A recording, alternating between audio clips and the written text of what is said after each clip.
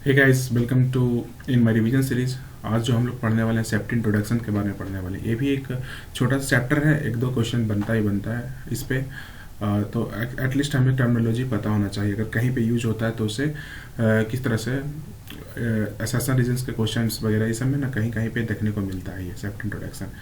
तो ये छोटा सा चैप्टर है, अगर एक दो क्वेश्चन भी बनता है तो बहुत बनता है, ठीक है। इतने कम टाइम में आप एक से दो क्वेश्चन टैकल कर सकते हो, तो इससे अच्छा और क्या हो सकता है। तो इसके डेफिनेशन पार्ट से स्टार्ट करते हैं। क्या it is the condition of being free from accidents. Safety का बात कर रहे हैं हम लोग। सेफ्टी क्या है कि जो एक्सीडेंट्स है, हैजर्ड है, रिस्क है एंड इंजरी से एंड रिलेटेड अनएक्सपेक्टेड इवेंट्स, इससे जो हमको फ्री करता है उसी को सेफ्टी बोलते हैं। सेफ्टी बोल सकते हैं उसको। एक्सीडेंट क्या है, मतलब एक्सीडेंट की बात करते हैं तो वो है unexpected events leading to injuries, ठीक है। जो हमारा इंजरीज को लीड करता है वो हमारा एक्सीडेंट होता है। हैजर्ड क्या है कि something that is has potential to harm, जो हमको नुकसान पहुंचा सकता है। रिस्क क्या है, हमको पता है कि यहाँ पे हैजर्ड हो सकता है बट वहाँ पे हमको काम करना है, तो उसी को हम लोग रिस्क बोलते हैं। Means probability to get harm when exposed to hazard. हमको पता है कि शॉक, बिजली से शॉक लगता है बट हमको काम तो करना है, that is called risk. Now safety is everyone responsibility. ये तो होना ही चाहिए। सेफ्टी जो हमारा है वो सबका रिस्पॉन्सिबिलिटी है। It is responsibility of employ जो काम करने वाले उनका रिस्पॉन्सिबिलिटी है। उन्हें पीपी किट पहनना चाहिए, जो कि पर्सनल प्रोटेक्टिव इक्विपमेंट होता है। पीपी किट का, पीपी का फुल फॉर्म जैसे एग्जांपल के लिए बात करते हैं तो face mask, gloves, helmets etc. पहनना चाहिए, ठीक है। And adhering to safety norms, जो भी है उसे फॉलो करना चाहिए। एम्प्लॉयर को क्या हो गया, बाय प्रोवाइडिंग सेफ्टी गाइडलाइंस, उसे गाइडलाइन प्रोवाइड करना चाहिए एम्प्लॉय के लिए। प्रॉपर ट्रेनिंग देना चाहिए एंड रेगुलर इंस्पेक्शन, हमेशा इंस्पेक्शंस करवाना चाहिए साइट्स को, और हर चीज़ को वहाँ इंस्पेक्ट करवाना है। गवर्नमेंट का भी यहाँ पे इम्पोर्टेंट रोल है। गवर्नमेंट का भी हमारा यहाँ पे क्या होता है, रिस्पॉन्सिबिलिटी बनता है कि बाय परफॉर्मिंग सेफ्टी पॉलिसीज, एक पॉलिसीज कोई भी इंडस्ट्रीज उसके लिए पॉलिसीज जारी करे, performing safety and audits etc, ये तुम्हारा हो गया गवर्नमेंट का रिस्पॉन्सिबिलिटी। उसके बाद है कि अगर मान लिया suppose that if any one observe in is unsafe, ठीक है, कोई अगर अपने आप को अनसेफ फील करता है तो उसे तुरंत ना इमिडिएटली उसे क्या करना चाहिए, रिपोर्ट करना चाहिए एक्सीडेंट को रोकने के लिए। तो ये पहला नोट हो गया। सेकंड नोट की बात करते हैं। क्या safety policy is an written documents that is given by employer to employ और public committee providing health and safety. It must contain minimum rule that regulation but providing maximum safety. जो minimum मतलब कम शब्दों में ज़्यादा safety provide कर दी, क्योंकि अगर बड़ा आपका पता लगा कि रूल रेगुलेशन इतना लंबा निकाल दिए कि कोई उसे पढ़ ही नहीं पा रहा है, तो रूल्स कम होना चाहिए और रेगुलेशन अधिक होना चाहिए।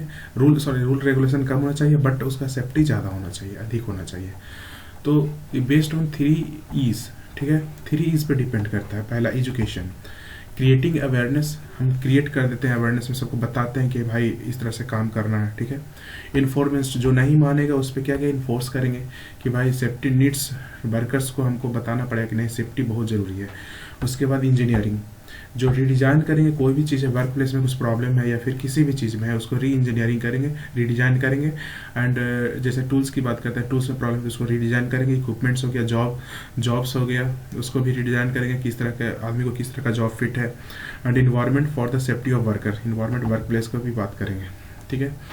नीड ऑफ सेफ्टी, भाई नीड, इतना सेफ्टी चिल्ला रहे हैं, नीड क्यों है सेफ्टी का, तो नीड सेफ्टी का इसलिए है to control occupational health problem like chronic respiratory disease, exposure to toxic gases जो माइनिंग, केमिकल इंडस्ट्रीज और सिलिकॉन इंडस्ट्रीज से आती है, ठीक है।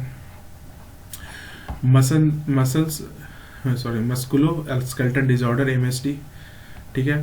तो push pull lift ETC, due to the mismatch between workload, अगर वर्कलोड एंड वर्कर के भी कैपेसिटी के बीच में अगर मिसमैच होगा तो हमारा क्या होगा, मस्कुलर स्केलेटल डिसऑर्डर आएगा, ठीक है, मस्कुलर स्केलेटल डिसऑर्डर आएगा, ओके। तो हेयरिंग प्रॉब्लम हो सकता है due to noise, skin problem due to the radiation of heat, यहाँ पे हेड लिखा गया हीट,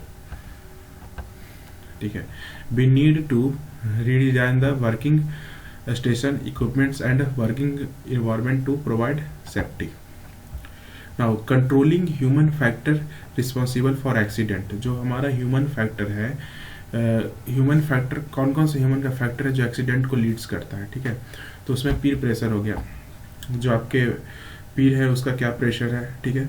इमोशंस, आपका इमोशंस कैसा है, एंजाइटी क्या है, कोई आदमी किस तरीके से गुजर रहा है, किस कंडीशन से गुजर रहा है, ये भी मैटर करता है। डिप्रेशन है उसके पास है या नहीं है, उस पर डिपेंड करता है। तो health and safety law in India is given only for 4 industry, 4 industry को दिया गया है। पहला फैक्ट्रीज है तो उसको होगा डॉक्स एंड बोट्स, ठीक है। माइनिंग वाले को दिया गया है एंड कंस्ट्रक्शन साइट्स वाले को दिया है। 4 कंपनी ओनली 4 इंडस्ट्री को दिया गया है, ठीक है। एक्सीडेंट हैजर्ड एंड रिस्क क्या है भाई, एक्सीडेंट क्या है। एक्सीडेंट का तो इट इज अनएक्सपेक्टेड थिंग है, ठीक है। एक्सीडेंट का डिफिनेशन ऑलरेडी मतलब इक्विवेलेंट फॉर्म में देख चुके हैं, तो यहाँ पे कंप्लीट करते हैं। इट इज अनएक्सपेक्टेड और undesired event that causes injuries to person और लॉस ऑफ प्रॉपर्टी, ठीक है। ये तुम्हारा एक्सीडेंट हो गया। Accident loss of property in the sense कि आपका सिस्टम बंद हो गया तो प्रोडक्शन आपका रुक सकता है, तो वो भी एक एक्सीडेंट ही बोल सकते हैं सिस्टम का। अगर मान लिया कोई आदमी को कुछ प्रॉब्लम हो जाता है वहाँ पे, कुछ भी इवेंट, कुछ भी एक्सीडेंट टाइप का कुछ मतलब हो गया, ठीक है। उसके बाद उसका काम रुक गया फैक्ट्री में, तो उसके कारण क्या होगा, कुछ लॉसेस होगा कंपनी को, तो प्रॉपर्टीज़ का भी लॉस हो सकता है। इवन अगर सपोज दैट एग्जांपल, अगर कोई मिल फैक्ट्री में काम कर रहा है लेबर, बट उसका कुछ एक्सीडेंट हो गया इन द सेंस कि एक मूवी देखे होंगे जिसमें क्या होता है कि अमिताभ बच्चन का पिताजी या कोई एक्टर थे, उसके पिताजी यहाँ पे काम कर रहे थे, तो या चाचा कोई भी थे, एक आदमी काम कर रहा था कपड़ा मिल में, बट क्या हुआ ना कि वो स्लिप हो गया, तो उसके बाद ना उसका हाथ उसमें चला गया, तो ब्लड से ना पूरा कपड़ा उसका रेड हो गया, तो प्रॉपर्टी ऑफ लॉस है प्लस आदमी का भी लॉस है, तो उसी को एक्सीडेंट है। और जबकि वो लोग इसके लिए क्या बोलते हैं, आवाज़ उठा रहे थे कि हमारी कंपनी की स्थिति अच्छी नहीं है, उसे करनी चाहिए, तो ये एक्सीडेंट को वहाँ पे रोका नहीं गया, क्योंकि वो जो वहाँ पे हैजर्ड होना था उसको एक्सपोज नहीं किया वहाँ पे, तो मतलब कि वहाँ पे इग्नोर किया गया, जो कि बहुत अच्छा रीज़न था, मतलब कि एक्सीडेंट होने का, ठीक है। तो factor that trigger accident is given by accident causation theory, right. पहला है जो हमारा डोमिनो थ्योरी का कहता है। डोमिनो थ्योरी बोलता है कि 88% ऑफ एक्सीडेंट है वो अनसेफ एक्ट्स ऑफ वर्कर, जो वर्कर है वो अनसेफ फील करता है, इसके कारण होता है। अनसेफ एक्ट जो मतलब कि अनसेफ एक्ट है, मतलब अब जैसे इसका like negligence, ignorance, etc। Negligence और इग्नोरेंस के कारण, मान लिया सपोज दैट आप आपके सब एक नॉर्मल से घर का केस लेते हैं, ठीक है। घर का केस में जो एलपीजी गैस है उसका रेगुलेटर आप रात को बंद करना भूल गए, बट आप बेड पे हो, तो क्या होगा, आप निगलेक्ट, इग्नोर कर दिए कि नहीं हमको नहीं जाना है क्योंकि ठंड है, अब वो आपके लिए प्रॉब्लम हो सकता है। तो 88% जो एक्सीडेंट होता है वो अनसेफ एक्ट ऑफ वर्कर्स के कारण होता है। तो इंडस्ट्रीज में भी आप ऐसे चल सकते हैं, जैसे walking on A slippery floor, not removing obstacle from the path of moment, ठीक है। हमको पता है कि इस पे स्लिप होंगे लेकिन फिर भी हम इसी पे चलेंगे, तो क्या होगा, गिरेंगे। Not removing obstacle from the path of moment, ठीक है। जहाँ पे हम लोग घूम रहे हैं लेकिन वहाँ पे स्टोर देखेंगे लेकिन हम उसको हटाएंगे नहीं, क्योंकि क्या हम तो सेफ निकल गए ना, बाकी लोगों का कि हमें क्या पता, राइट। उसके बाद है और जो बाकी जो हमारा 88% हो गया, बाकी जो 10% है एक्सीडेंट वो है due to the unsafe condition of work places like improper work stations, lightning, etc। मतलब जो वो अभी स्टोरी बताया मूवी का, वो क्या था कि वर्क प्लेस सही नहीं था, ठीक है। वो वर्कर की वजह से नहीं था, वो था जो हमारा अनसेफ मशीन्स वगैरह को ध्यान से नहीं देखा गया, या फिर रूफ वगैरह का सही से रिपेयरिंग नहीं किया गया, फिर वाटर पंप्स वगैरह है उसका रिपेयरिंग नहीं किया गया, तो उसके वजह से जो एक्सीडेंट होगा वो वर्क प्लेस एक्सीडेंट 10% उससे होगा। 2% नेचुरल डिजास्टर है। मान लिया सपोज दैट नेचुरल डिजास्टर की बात करते हैं, जैसे आप है काम कर रहे हैं और वहाँ पे सडन क्या अर्थक्वेक आ गया, तो उससे जो वो नेचुरल डिजास्टर है। या फिर कोई डैम के नीचे काम कर रहे हैं और डैम अचानक से ओवरफ्लो हो गया, ठीक है, या टूट गया, तो उसके जो एक्सीडेंट है वो नेचुरल डिजास्टर को कंटेंट करेगा कि वो पानी के कारण, वो पानी पूरा भर गया या फिर अचानक से बारिश होने लगा तो डैम के ऊपर से ओवरफ्लो होने लगा, तो वो इस रीजन में ओवरलोड बढ़ गया और मे भी टूट सकता है, तो उसके कारण हो गया। तो यहाँ पे 5 बुक थ्योरी क्या बोलता है कि जैसे ये है, यहाँ पे दिख नहीं रहा है बट नीचे दिखा हुआ है, ये हिस्ट्री एंड सोशल इन्वायरमेंट है, यहाँ पे पर्सन है, ठीक है, यहाँ पे आपका जो है यहाँ पे हैज़ार्ड है, इससे एक्सीडेंट है, इंजरीज है, ठीक है। यहाँ पे कोई भी बुक है, 5 बुक है, ठीक है। इस बुक में अगर इस बुक को गिराएंगे तो सब गिर जाएगा, ठीक है। इस तरह से इस बुक को गिराएंगे तो ये गिरेगा, लेकिन ये कोई भी ये इस बुक को गिराएंगे तो ये, अब इसको क्या है समझते हैं। ये एंसेस्ट्री एंड सीरियल इन्वायरमेंट है। इसका मतलब क्या है कि जो आपको दादा परदादा से जो मिला है, ठीक है, वो इस आदमी में आया है। दादा परदादा से ये आदमी है जो उनके पास जैसा भी दिमाग था, स्किल था, ठीक है, या फिर मान लिया हो सकता है जिद्दी टाइप का आदमी, वो जिद्दीपन इस आदमी में आया, ठीक है। तो इस जिद्दी के कारण ये आदमी भी गिरा। अब इस आदमी का जिद्दीपन या फिर इसको क्या बोलते हैं इंग्लिश में, स्टरबॉर्डनेस, ठीक है, स्टरबॉर्डनेस के कारण क्या हुआ कि हैज़ार्ड कर दिया गया। ये अपने गधापन की वजह से को जो हैज़ार्ड था उसको एक्सपोज नहीं कर पाया और वो एक्सीडेंट में चेंज हो गया एंड वो इंजरीज में आ गया। तो वहीं यहाँ पे बोल रहा है कि एंसेस्ट्री एंड सोशल इन्वायरमेंट क्या, people inherit from their ancestor and learn from the social environment negative traits like a जिद्दीपन, ठीक है, एंड रेकलेसनेस, गधापन, रेकलेसनेस, ठीक है, वायलेंस इटीसी, राइट। ये मान लिया टेम्पर, शॉर्ट टेम्पर आदमी है, शॉर्ट टेम्पर आदमी है, तो क्या पे है कि शॉर्ट टेम्पर आदमी है, उसका बेटा के पास शॉर्ट टेम्पर आया, कुछ प्रॉपर्टी है, अभी इसके कारण भी लोगों में मारपीट हो गया, हैज़ार्ड प्रॉब्लम हो सकता है, एक्सीडेंट हो गया, इंजरीज हो गया, तो ये सब हम बोल सकते हैं, ठीक है। तो fault of person, this negative traits proves to the develop the fault of person. तो यहाँ पे जो फॉल्ट ऑफ पर्सन है ये सब एंसेस्ट्री के कारण आ सकता है इसमें, तो ये फॉल्ट ऑफ पर्सन हो गया, ठीक है। Unsafe facts, the fault of person trigger to some unsafe facts, ये फॉल्ट ऑफ पर्सन है जो कुछ ना कुछ गलत करने के लिए सोचेगा, जो कि हैज़ार्ड है, ठीक है। And accident result of the unsafe fact, ठीक है। तो उसके बाद जो रिजल्ट ऑफ है अनसेफ फैक्ट, जो ये अनसेफ गधापन किया उसके कारण यहाँ पे एक्सीडेंट हो सकता है। तो एक्सीडेंट होगा तो ऑब्वियस बात है कि हमारा इंजरीज होगा, ठीक है। ह्यूमन फैक्टर मॉडल, ये दूसरा मॉडल है ह्यूमन फैक्टर मॉडल। क्या था, accident caused by human error. तो इसमें क्या है, फेयरलेस ह्यूमन एरर थ्योरी क्या बोलता है कि एक आदमी है उस पर 3 तरह से गलती कर सकता है। एक, उस पर अगर ओवरलोड आप काम करने को दे दिए, या फिर इनअप्रोप्रिएट रिस्पॉन्स, इनअप्रोप्रिएट एक्टिविटीज़ के कारण ह्यूमन एरर आता है, ये एक्सीडेंट। तो यही बोल रहा है। ओवरलोड की बात करेंगे कि इसका कैपेबिलिटी से ज़्यादा आपने काम दे दिया, तो जो मान लिया 8 घंटे में उसको जो जितना वर्क था उसने अपने 8 घंटे में उसको, जो 8 घंटे में 1 दिन का वर्क था उसने अपने 8 घंटे में उसको 2 दिन का वर्क दे दिया, तो कहीं ना कहीं वो एरर करेगा ही करेगा।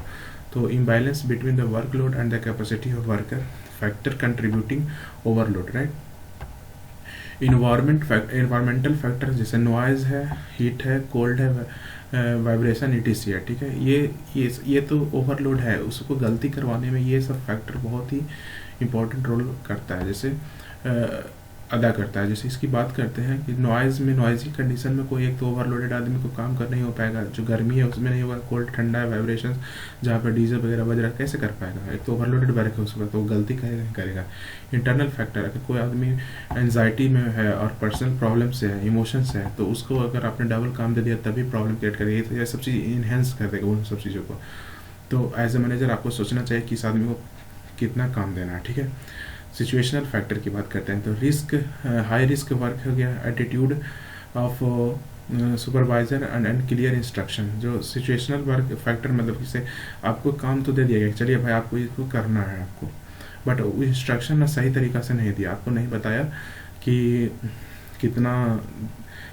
किस तरीके से करना है, कितना आपको स्पेस छोड़ना है, ये सब कुछ नहीं है आपका, मतलब एक बता रहे हैं, इंस्ट्रक्शन नहीं दिया प्रॉपर, तो उसके कारण वे एरर कर सकते हैं। आपने पता लगा कि आपको दिया गया है एक पेज लिखने के लिए, बोला कि इस पेज को लिख के लाओ, लेकिन उसने बताया नहीं कि आपको इतना जगह छोड़ना है, आपने यहाँ से स्टार्ट करके लेके आओ, तो ये तो एरर हुआ, ये इंस्ट्रक्शन के कमी के कारण हुआ। तो ये सिचुएशनल फैक्टर्स है जिसमें हाई रिस्क वर्क है, एटीट्यूड्स है एंड क्लियर इंस्ट्रक्शन है। हाई रिस्क वर्क क्या होता है कि जैसे मतलब कि बहुत ज़्यादा रिस्क है। अब जैसे एज ए इलेक्ट्रिकल इंजीनियर आपको अगर हाई वोल्टेज टेंशन तार पे के पास कुछ वर्क करना है, राइट, और वो बहुत हाई सिचुएशन फैक्टर है, तो वहाँ पे एरर करने का प्रॉब्लम हो सकता है। अगर बोला है कि ये काम आपको तब करना है जब वो वायर में है जो हमारा करंट फ्लो करते रहेगा, तो उसमें आदमी का चांस है गलती करने का, ठीक है। फिर एटीट्यूड ऑफ सुपरवाइज़र, सुपरवाइज़र आपका कैसा, इस पर भी डिपेंड करता है, खड़ूस है या क्या है वो देखना पड़ेगा ना। एटीट्यूड ऑफ सुपरवाइज़र जो चेक करने वाला है, ठीक है। पर हो सकता है ऐसा हो कि बार बार लाए, बार बार बोला कि नहीं नहीं ये सही नहीं है, दूसरा ला, फिर ये सही नहीं है, दूसरा ला, तो वो गलती करेगा, ठीक है। इनएप्रोप्रिएट रिस्पॉन्स, इनएप्रोप्रिएट रिस्पॉन्स कहाँ गया अपना, ये देखो इनएप्रोप्रिएट रिस्पॉन्स है। तो मतलब इसमें क्या करेंगे कि इसमें इनएप्रोप्रिएट रिस्पॉन्स में, बट जैसे निग्लिजेंस, इग्नोरेंस, ये अपना आता है इनएप्रोप्रिएट रिस्पॉन्स में। अभी जो टाइम चल रहा है उसमें इग्नोरेंस तो समझ ही रहे हो, इग्नोरेंस, निग्लिजेंस, ये सब के कारण आपका एरर आ सकता है, ठीक है। वैलेंटाइन वीक का मैं बात नहीं कर रहा, तो जो लोग सोचे होंगे वो गलत सोच रहे हैं, ठीक है। मैं बोल रहा हूँ कि क्रूशियल टाइम चल रहा है इंजीनियरिंग सर्विसेज के लिए, अगर किसी भी चैप्टर को आप इग्नोर करोगे तो वो एरर में काउंट हो जाएगा भाई। कहाँ से कहाँ लोगों का सोच चला जाता है, हमको पता है भाई। वॉकिंग और स्लिपरी सरफेसेस, ठीक है। तो ये हमारा क्या है, इनअप्रोप्रिएट रिस्पॉन्स है कि आपको पता है कि हम फिसलेंगे, लेकिन नहीं भाई हम तो चलेंगे भाई इस पर, ठीक है। टू एक्सपीडिएट द वर्क्स, ठीक है, removing safety guard from the machines, हम 30 मार खाने, हम गार्ड को नहीं यूज करेंगे, चल जाएगा बेटा। फिर उसके बाद क्या है, not adhering to the safety rules, ठीक है, रूल्स नहीं फॉलो करते हैं। नॉट वेयरिंग पीपी, हम नहीं कुछ पहनेंगे, तो समझ गए हो, ऊपर का बहुत जल्दी टिकट कटने वाला है, तो ये सब एरर के कारण एक्सीडेंट होता है। नाउ इनअप्रोप्रिएट एक्टिविटीज़ की बात करते हैं, राइट। तो इनअप्रोप्रिएट एक्टिविटीज़ में सबसे पहला अगर बात करते हैं तो activity perform while doing work is inappropriate, जो काम करे वो इनअप्रोप्रिएट तरीका से करते हैं। जैसे फैक्टर, इसका कौन कौन सा फैक्टर है, या तो वो आदमी ट्रेंड अच्छा नहीं है, जो नॉट ट्रेंड है in doing a specific work and not accessing the risk property. तो मतलब अगर मान लिया उसको ट्रेनिंग अच्छा से नहीं मिला, ठीक है, तो वो क्या है, उस काम के लिए, स्पेसिफिक वर्क के लिए उसको ट्रेनिंग नहीं है। मानते हैं कि अगर टीचर है, टीचर से अगर हम टीचर को दे देते हैं ब्रिज बनाने के लिए, टीचर को नॉर्मल सा साइंस टीचर को हम ब्रिज बनाने के लिए देते हैं, ठीक है, बना पाएगा, नहीं बना पाएगा। मैकेनिकल इंजीनियरिंग वालों को बोलते हैं कि तो बैठ के क्या बोलते हैं, half wave full wave rectifier का हार्मोनिक्स निकाल पाएगा, नहीं निकाल पाएगा। सेम टू सेम इलेक्ट्रिकल वाले को बोलेंगे मैकेनिकल का काम करने, तो नहीं कर पाएगा। तो ट्रेंड डूइंग स्पेसिफिक वर्क, तो उसके कारण प्रॉब्लम आ सकता है। पतला का रेक्टिफायर बनाया और उसका रेक्टिफायर काम ही नहीं कर रहा है, ठीक है। To accessing the risk property, ठीक है, राइट। तो क्या होगा कि रिस्क फैक्टर को, मतलब कि जो है हमारा रिस्क प्रॉपर्टी, उसको एक्सेप्ट करने के लिए तैयार नहीं है वो चीज़, कि आपको बोला गया है कि आप जाके काम कीजिए वहाँ पे, आप उस प्रॉपर्टी को हम एक्सेप्ट नहीं करेंगे, तो इनएप्रोप्रिएट एक्टिविटीज़ हुआ।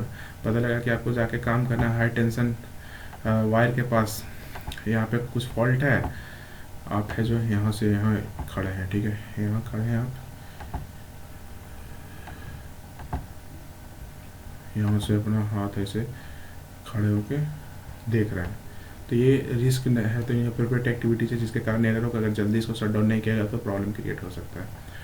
फिर अपना क्या है, पीटरसन एक्सीडेंट, उसी का सेकंड फॉर्म था Petersen accident in accident theory, उसी का क्या बोलते हैं इनहेंस्ड फॉर्म है और उसी का मॉडिफाइड फॉर्म है। तो क्या एक बोलता है कि एक्सटेंशन ऑफ वेरिएबल्स थ्योरी बोलता है कि overload, okay overload is no problem, ये तो गलती करेगा है। फिर क्या बोलेगा, एर्गोनॉमिक्स ट्रैप्स भी हमारा प्रॉब्लम करता है, डिसीजन टू एरर भी हमारा एरर करता है, ERR। तो एर्गोनॉमिक्स कैसे करता है ये भी देखेंगे। ओवरलोड तो हम देख चुके हैं, डिसीजन एरर कितना, ये ह्यूमन एरर करेगा और एक्सीडेंट आएगा। बट ये बोला कि system failure also causes accident, right, and injury और डैमेज, ये कर सकता है। कैसे भाई देखते हैं। एर्गोनॉमिक क्या होता है कि जो हमारा वर्कर है, ठीक है, उसको कंफर्टेबल मिलना चाहिए जगह, अगर कंफर्टेबल नहीं मिलेगा तो उसको स्ट्रेस आ सकता है बॉडी में स्ट्रेस आएगा तो वो सही से काम नहीं कर पाएगा, तो वह कहीं ना कहीं एरर आएगा। जैसे as example for fun I want to say that कि कुछ जैसे मान लिया कोई ट्रेनिंग लोग कर रहे हैं, अब क्लासेस होता है तो उन्हें चेक करना चाहिए कि उनका जो कुर्सी है वो कंफर्टेबल है या नहीं है, क्योंकि बहुत लंबे टाइम के लिए उन्हें बैठना पड़ता है। तो कहीं भी कहीं भी पढ़ाई वगैरह भी करना है तो आप कंफर्टेबल जोन में रह के पढ़ाई कीजिए, नहीं तो पता लगा शरीर में स्ट्रेस आ रहा है और इसको इग्नोर करके पढ़ाई कर रहे हैं तो एक दिन प्रॉब्लम हो जाएगा। तो उसी को बोलते हैं एर्गोनॉमिक, जो स्ट्रेस के कारण जो वर्कर है ना उसको प्रॉब्लम होता है, तो उसी को क्या बोलेंगे, that fit worker that does not stress the worker. तो एर्गोनॉमिक को फॉलो अगर नहीं करता है तो फिर प्रॉब्लम क्रिएट हो सकता है, ठीक है। हैज स्टेबल सीट ETC ये होना चाहिए। If there is imbalance between job and worker capacity it will result to the accident, ये ऑब्वियस बात है। फैक्टर, ऑब्वियसली फैक्टर क्या होता है फैक्टर की, इसमें जो फैक्टर जो अफेक्ट करता है वो कौन कौन सा है। सेकंड जो अपना ये है पीटरसन एक्सीडेंट में, उसमें देखते हैं, और उसमें अभी हम लोग देख रहे हैं एर्गोनॉमिक्स देख रहे हैं, ठीक है। तो इनकम्पेटेबल वर्क स्टेशन, ठीक है, that is work station not designed properly for the safe working, right. No adequate light और वेंटिलेशन सिस्टम नहीं है। तो ये सब जो हमारा वर्कर है, ट्रेनी है, उसकी कंफर्टेबिलिटी को ध्यान रखा जाए। अगर उसको ध्यान नहीं रखोगे तो वो सही से ट्रेनिंग नहीं कर पाएगा, राइट। अगर सही से ट्रेनिंग नहीं कर पाएगा तो फिर आपको वो एरर देखने को मिलेगा। तो कंपनी को ये ध्यान रखना चाहिए, मैनेजर्स को ध्यान रखना चाहिए कि वो हर किस्म का वो कंफर्टेबिलिटी दे, ताकि वो उस चीज़ को जो वो सिखाना चाह रहा है वो इजीली सीख ले और वेल ट्रेंड बन जाए। तो ये सब सारे सिस्टम को हम लोग सही तरीके से करेंगे। वेंटिलेशन अगर नहीं है तो प्रॉब्लम क्रिएट हो सकता है। नो एडिक्वेट लाइट है, गर्मी से ही परेशान है, क्या बच्चा ट्रेंड हो पाएगा, ठीक है। तो ये रीज़न है वर्क करने का। और दूसरे इनकम्पेटेबल वर्क स्टेशन मतलब क्या है कि जहाँ पे हमारा काम कर रहा है, ठीक है, और वहाँ पे हॉट जैसे रेलवे ड्राइवर है, राइट, तो शायद वहाँ का जो इंजन है इतना गर्म हो जाता है कि उन लोग परेशान होता है, ऐसा बता रहे थे। तो गवर्नमेंट को उस पर ध्यान देना चाहिए कि वो एडिक्वेट वहाँ पे कुछ एसी वगैरह में पता नहीं रहता है, लेकिन रहना चाहिए ताकि वो काम अच्छे से करे, वो भी एक रीज़न बनता है। ये सब फैक्टर्स हैं, ठीक है। 2 और more social position held by same person. अब क्या हो सकता है कि 2 और मोर सोशल है, जो तुम्हारा पोजीशन है वो एक ही आदमी द्वारा चल रहा है, ऐसा कभी तो कॉलेज में बहुत चल रहा है, ठीक है। कॉलेजेस में और बहुत सारे जगह पे एक ही पर्सन ने दो सोशल पोजीशन लिए हुए हैं, ठीक है, सेम पर्सन। तो वो कैसे संभाल पाएगा, वो ये तो अलाउ नहीं करता, सेफ्टी का जो नॉर्म्स है वो अलाउ नहीं करता इस चीज़ को, बट लोग अभी कर रहे हैं, गवर्नमेंट इसको पता नहीं कैसे फॉलो करवा रही है। नाउ डिसीजन टू एरर है या ERR, ठीक है, इसको ERR लिखा हुआ है तो पढ़ते हैं। डिसीजन टू एरर क्या, miss judgement of the risk. हम लोग जजमेंट को मतलब जैसे जज किया कि ये जैसे सपोज दैट एग्जांपल लेते हैं कि पानी का लेवल नदी में बढ़ रहा है और आप लोग हॉस्टल में, आपका हॉस्टल नदी किनारे है, तो जज किए कि पानी का लेवल इस हिसाब से बढ़ रहा है, तो मैं परसों निकलूँगा, तब तक पानी हॉस्टल के कैंपस में घुसने के पहले निकल जाऊँगा। बट क्या हुआ कि अब डैम दूसरे के हाथ में, वो ना रात को ही पानी छोड़ दिया, तो दैट इज़ द रिस्क। बोल सकते हैं आपने गलत जज किया, तो ये हो सकता है। और भी बहुत तरीका है इसको समझने का, खुद से एग्जाम्पल बना सकते हैं। अनकॉन्शियस डिजायर टू एरर, ठीक है।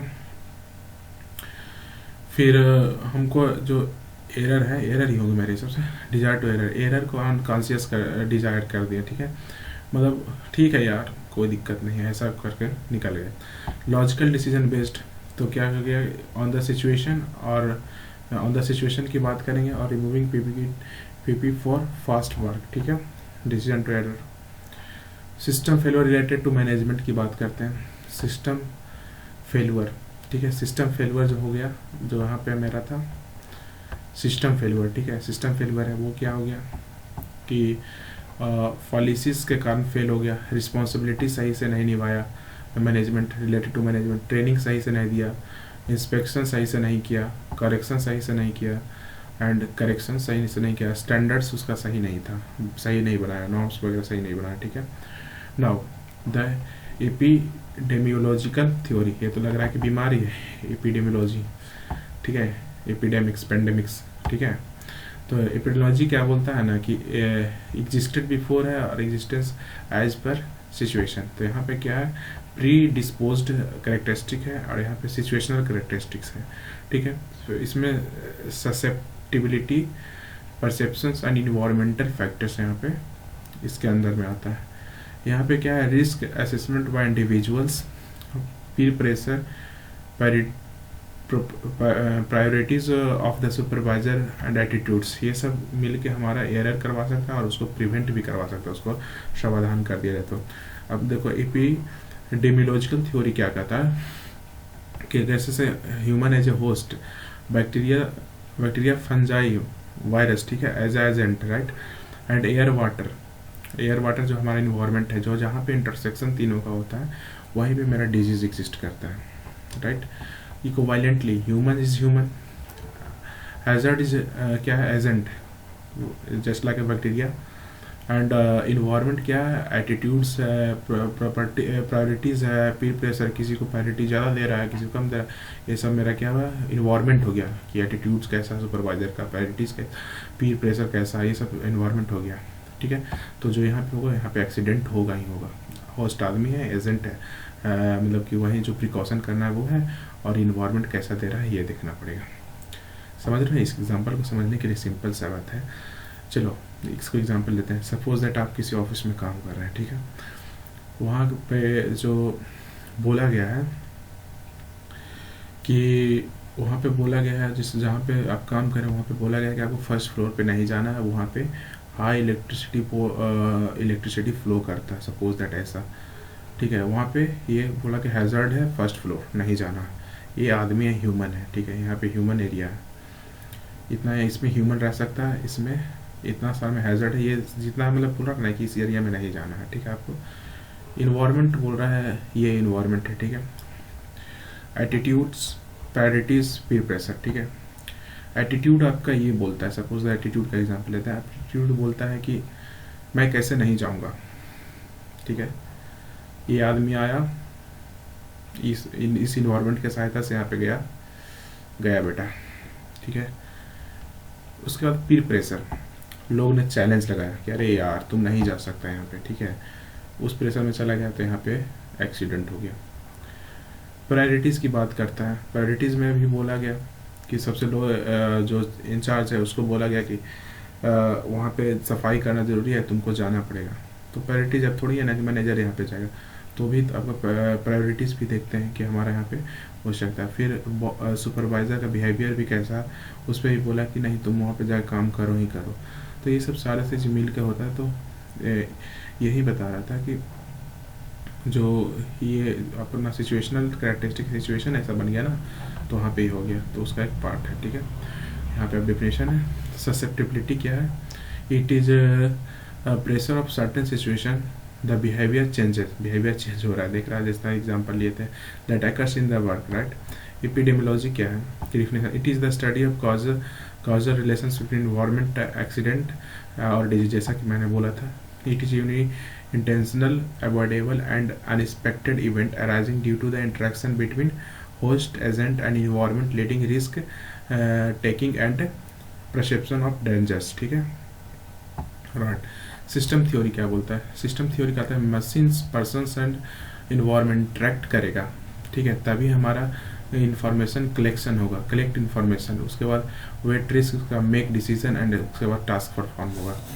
तो इसका सिलेक्शन बहुत ज़रूरी है सही तरीक़ा से, ये तीनों चीज़ों का इंट्रैक्शन हो चाहिए। तो ब्लॉक 1, 2, 3। तो feature of concept of block 1, block 1 is very important. Job requirement, पहले देखेंगे कि मेरा जॉब क्या है, मेरा जॉब एज इंजीनियर का है, मेरा जॉब एज जूनियर इंजीनियर का है, मेरा जॉब एज ए नॉर्मल सा कंपनी का है, ITI कंपनी में ITI जो होल्डर है उसका है, या फिर नॉर्मल सा जो सफाई कर्मचारी है उसका। पहले जॉब रिक्वायरमेंट देखेंगे, उसमें उसका वर्कर कैपेबिलिटी देखेंगे एंड लिमिटेशंस देखेंगे, कितना वो काम कर सकता है और उसका कितना लिमिटेशन है। उसके बाद क्या, what if gained if the task successfully completed, अगर टास्क को हम सक्सेसफुली कंप्लीट करते हैं तो कितना प्रॉफिट हुआ ये भी हम देखेंगे, मतलब क्या मिला हमको। What if the lost if the task is, what is the lost if the task is attempted but failed, task को अटेम्प्ट किया गया बट वो फेल्ड हो गया, मतलब बोला उसका, मतलब एक्चुअली में उसका लिमिटेशन नहीं जान पाए तो वो बोला कि हम इसको करेंगे बट वो नहीं कर पाए, तो उससे क्या मेरा लॉस है, अगर क्या लॉस हो, अगर काम ही नहीं स्टार्ट हो। तो ये सब चीज़ हम लोग ब्लॉक 1 के बारे में जानेंगे। उसके बाद नेक्स्ट टॉपिक है हैज़ार्ड, ठीक है। It is anything that has a potential to come to cause है, ठीक है, कॉज हार्म, ठीक है, मतलब कि जो क्या बोलता है ये, it is anything that has potential to cause harm, मतलब किसी को खतरा पहुंचा सकता है, उसको हैज़ार्ड बोलते हैं। बिजली के तारों को छूना खतरनाक है, क्या है, हैज़ार्ड है। सिगरेट सेहत के लिए खतरनाक है, ठीक है, ये सब हैज़ार्ड है, ठीक है। ये सब करेगा तो हार्म करेगा ही करेगा। तो फिर इन जैसे एग्जांपल की बात करते हैं तो, और इंट्रैपमेंट अंडर सॉइल्स, स्लीप है लिखा हुआ है वहाँ पे, एंड फॉल, गिरेगा हमको पता है फिर भी साथ चलेंगे, तो वो हैज़ार्ड एक्सीडेंट में चेंज हो जाएगा। तो हैज़ार्ड की बात करते हैं तो क्या, safety hazard and health hazard, right. Safety hazard में क्या आ जाएगा, material handling hazard, push pull lift, जो हमारा मटेरियल है उसको खींचेंगे, प्रेस करेंगे, उठाएंगे, ये हो गया। मशीन हैज़ार्ड क्या हो गया, रिमूविंग सेफ्टी गार्ड्स हो गया, breaking of belt, pulleys, etc, ये सब ये अपना क्या हो गया, मशीन हैज़ार्ड हो गया। एनर्जी हैज़ार्ड में क्या गया, exposure to electrical shock, steam, etc। Confined space hazard जैसे lack of oxygen and suffocation. यहाँ पे वर्क स्पेस हैज़ार्ड में क्या, not following norms, policy and employ, ठीक है। सेकंड हेल्थ हैज़ार्ड में बोलते हैं, फिजिकल हैज़ार्ड की बात करते हैं, कोल्ड, हीट, नॉइज, वाइब्रेशन, ये हमारा फिजिकल हैज़ार्ड है, ठीक है, जो हेल्थ को प्रभावित करता है हमारा। इसमें इंजरीज होता है, सेफ्टी हैज़ार्ड में इसमें सीधा इंजरीज होगा, ये हेल्थ को प्रभाव करेगा। कोल्ड, ठंडा लगेगा, हीट, आपको बॉडी हीट हो सकता है, नॉइज, आप बहरा हो सकते हैं, वाइब्रेशन, आपको भी हार्ट का बीमारी का पेशेंट, कार्डियो पेशेंट बना सकता है। उसके बाद केमिकल हैज़ार्ड की बात करते हैं तो टॉक्सिक से साइनोमीथेन वगैरह ये सब पता ही है। बायोलॉजिकल हैज़ार्ड की बात है तो कोरोना वायरस, बैक्टीरिया, टिटनस, ये सब कंपनी में हो सकता है अगर आप हेल्थ हैज़ार्ड अगर सही से ध्यान न दे तो। उसके बाद क्या है अपना साइकोलॉजिकल हैज़ार्ड क्या होता है, एंजाइटी, डिप्रेशन एंड स्लीपनेस, हम लोग देखेंगे, राइट। एंड उसके बाद एर्गोनॉमिक्स हैज़ार्ड की बात करते हैं, physical nature of work and physical capacity of worker are not compatible, ठीक है। तो ये हो गया तुम्हारा एर्गोनॉमिक हैज़ार्ड, मतलब physical nature of work and physical capacity of worker are not compatible. क्या लिखे हैं पता नहीं, कंपेटिबल है, सॉरी, राइट, हो गया। Now next thing is okay, तो नेक्स्ट थिंग है जो हमारा हैज़ार्ड आइडेंटिफिकेशन टेक्निक की बात करते हैं तो प्राइमरी हैज़ार्ड एनालिसिस की PHA की बात करते हैं। It is the semi quantitative analysis perform to identify potential hazard and accidental events that causes accidents, ठीक है। Rank that accident event according to its severity, मतलब हम लोग रैंक करेंगे उस एक्सीडेंटल इवेंट का कितने उसमें सेवेरिटी है, ठीक है। Identify the required control hazard and the follow the action, उसका कंट्रोल क्या है ये हम लोग चेक करेंगे। तो हम पहला बात यही है कि अगर कहीं पे प्राइमरी हैज़ार्ड एनालिसिस करना चाहते हैं तो हम देखेंगे कि अगर वो हैज़ार्ड एक्सीडेंट में चेंज होता है, ठीक है, उसका कारण क्या है, दैट कॉजेज एक्सीडेंट, और उसका पोटेंशियल क्या है, आइडेंटिफाई द पोटेंशियल हैज़ार्ड, मतलब कौन सा हैज़ार्ड है जो एक्सीडेंट को बना सकता है, इसको पहले देखेंगे। फिर उस रैंक इवेंट्स, मतलब एक्सीडेंटल इवेंट्स को हम लोग रैंक करेंगे सिविरिटी के अनुसार। उसके बाद तो अगर कंट्रोल टेक्निक है तो उसको हैज़ार्ड को हटाएंगे, ठीक है। सेकेंड है FEA में फेलुअर मोड इफेक्टिव एनालिसिस की बात करेंगे तो फेलुअर मोड में क्या होगा कि मोड और वे इन विच द समथिंग फेल्स, ठीक है। Effective analysis study of consequences of failure, जो फेलुअर का कॉन्सिक्वेंसेस है उसकी बात करेंगे। इसके लिए बेस्ट एग्जांपल लेंगे ATM का। It is the study of A failure mode and its effect and also the control these effects of failure or failure itself, right? It is a inductive process theorization after the observation and it is bottom to top approaches.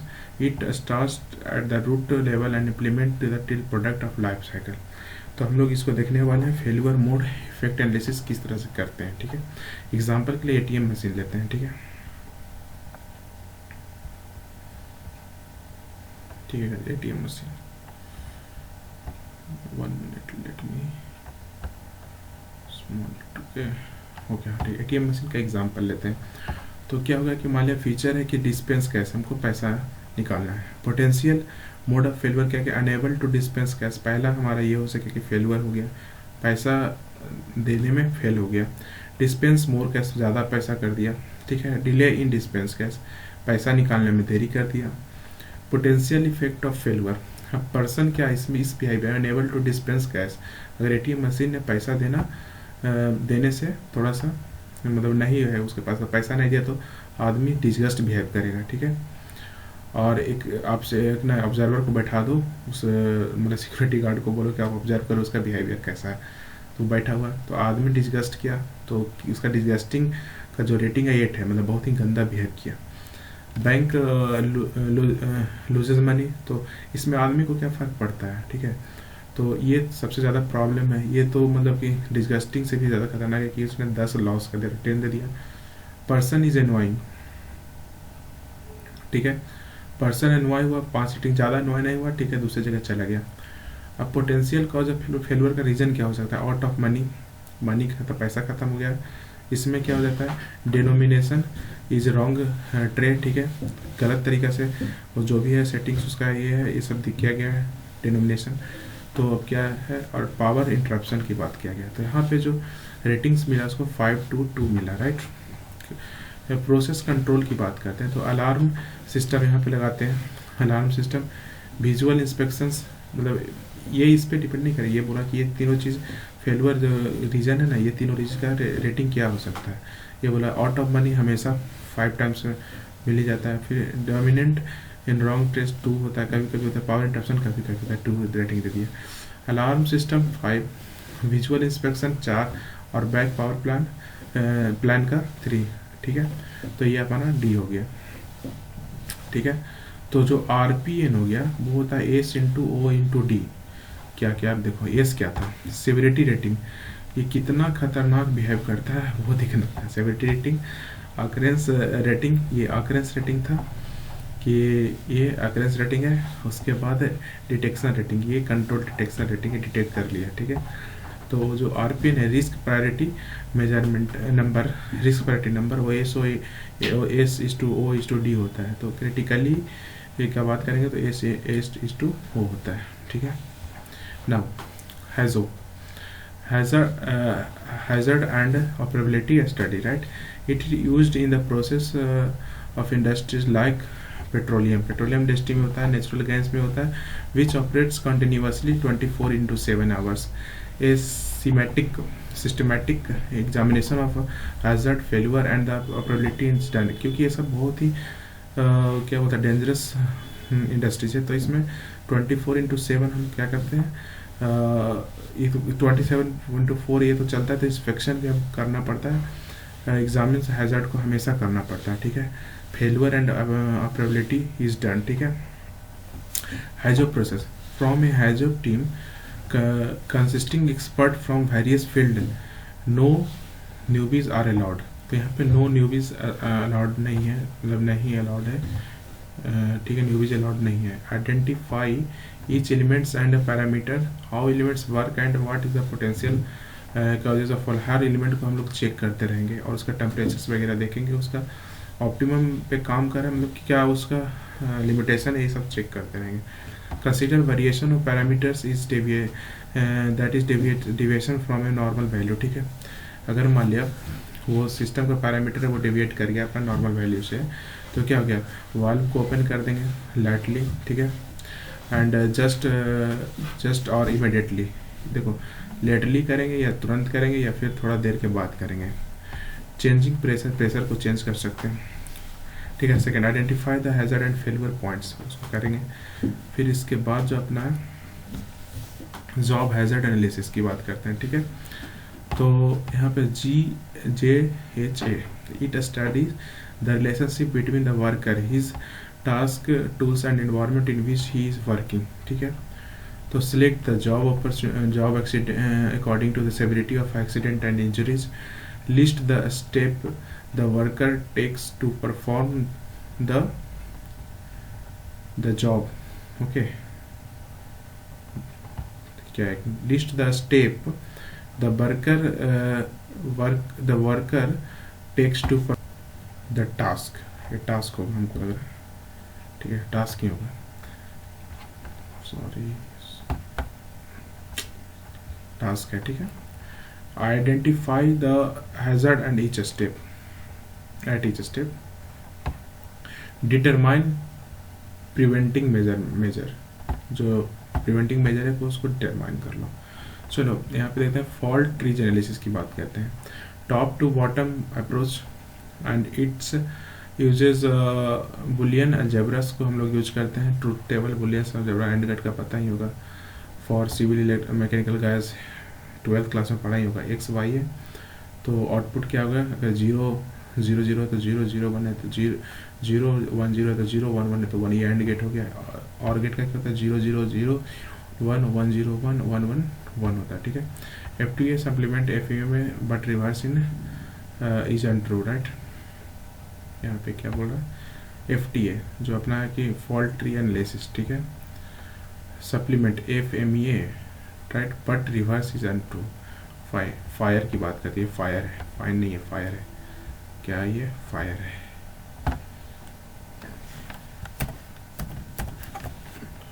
Fire है। Fire में क्या हुआ, देखो हमारे पास fuel है जो कि solid form में फ्यूल है, लिक्विड फॉर्म में फ्यूल है, गैस फॉर्म में फ्यूल है। ये कोई इसमें से कोई भी एक पहुंच जाए तो ऑर्गेटिव हो गया।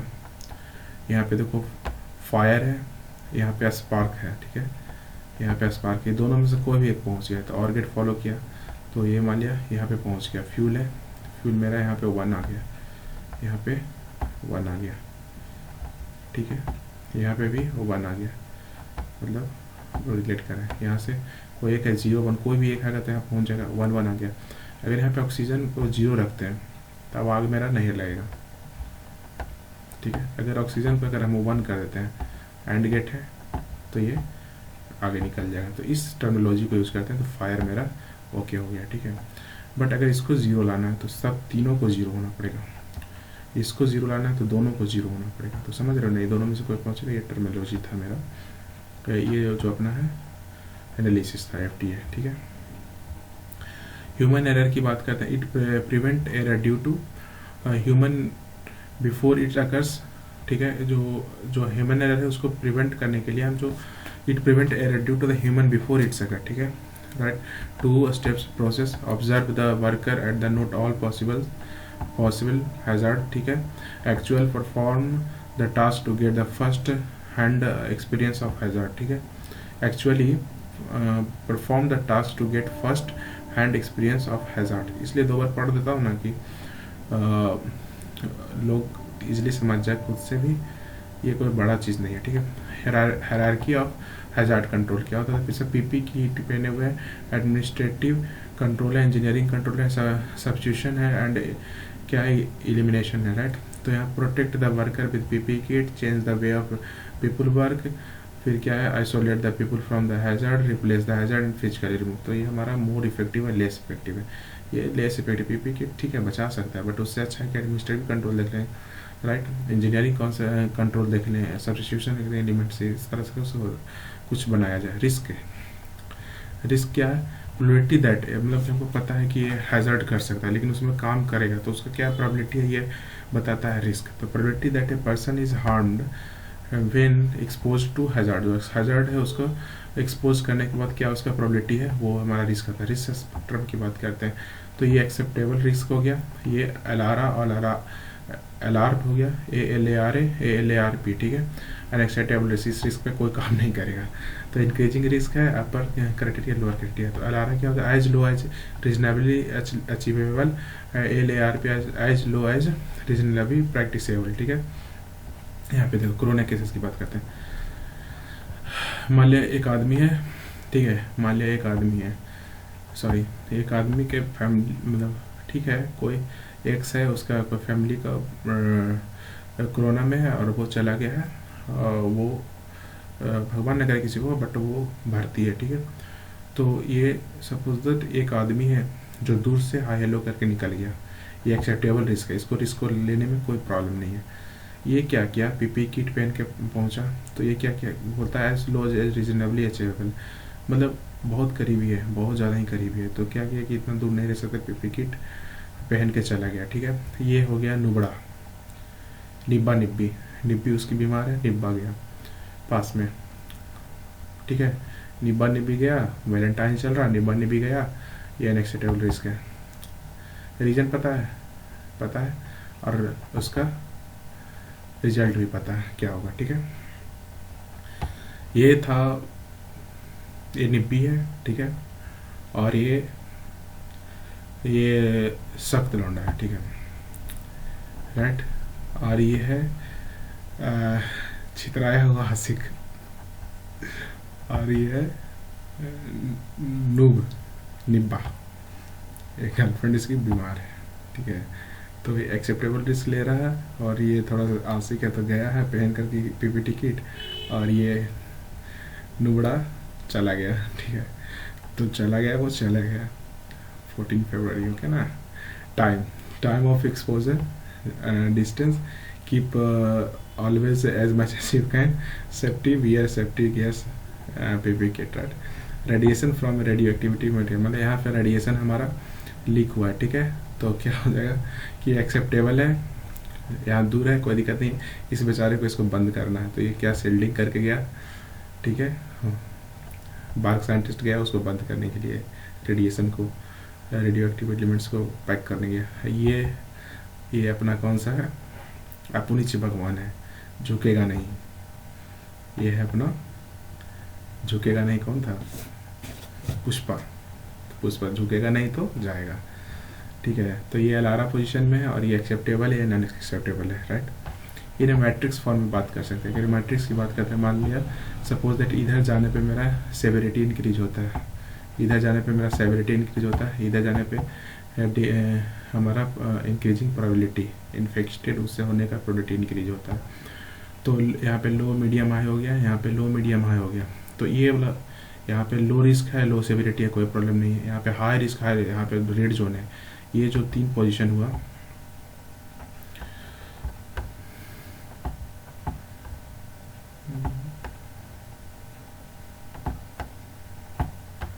ये जो 3 पोजीशन हुआ ये रेड जोन हो गया, क्योंकि यहाँ पे क्या है, even red zone is also, ये भी है, लेकिन इसको क्या करेंगे, ओके ठीक है। ये यहाँ पे सेवेरिटी हाई है, बट यहाँ पे क्या प्रोबेबिलिटी बहुत कम है, तो ये अलारा जोन में है, बैक साइडेड है, यहाँ पे भी बैक साइडेड है, ये बैक साइडेड, ठीक है। यहाँ पे एक तो सेवेरिटी भी कम है, जैसे अभी ओमिक्रॉन की बात करते हैं, तो ओमिक्रॉन में क्या है, सेवेरिटी मेरा कम है, और क्या बोलता है, प्रोबेबिलिटी इन्फेक्शन होने का ज़्यादा है, तो इस पोजीशन में अलारा पोजीशन में। तो ये मत समझना कि इसके अनुसार हमारा जो ओमिक्रॉन है वो कम खतरनाक है, ठीक है। अलारा पोजीशन में रख रहा है तो मतलब खतरनाक ही है, ठीक है। डेल्टा की बात करते हैं, हाई सेवेरिटी था, इन्फेक्शन भी ठीक ठाक था, तो डेल्टा को हम यहाँ पे रख सकते हैं, ठीक है। तो अब क्या बोलते हैं, यहाँ पे नॉर्मल सा है। सो फर्स्ट वेव का जो कोरोना वायरस था उसका क्या था, इन्फेक्टियस कम था, और सेवेरिटी अगर बोलते हैं कम है, तो यहाँ पे अलारा पे ही उसको भी रखेंगे। तो इस तरह से आप समझ सकते हो कि इस 3 में रिस्क मेरा बहुत ज़्यादा है, ठीक है, और ये 3 में अलारा है, और ये 3 में नॉर्मल है, नॉर्मल ज़िंदगी। तो risk is equal to P/S, probability into severity. Risk management process, जिसमें identify the risk, assess the risk and control the risk and review and control. ये हमारा था, ये हमारा ये सेफ्टी इंट्रोडक्शन था। इसके बाद जो चैप्टर आएगा वो चैप्टर है वर्क स्टडी एंड एर्गोनॉमिक। तो लेक्चर ज़्यादा लंबा ना हो जाए, इसलिए इसको यहीं पे स्टॉप कर रहे हैं, ठीक है। Thank you.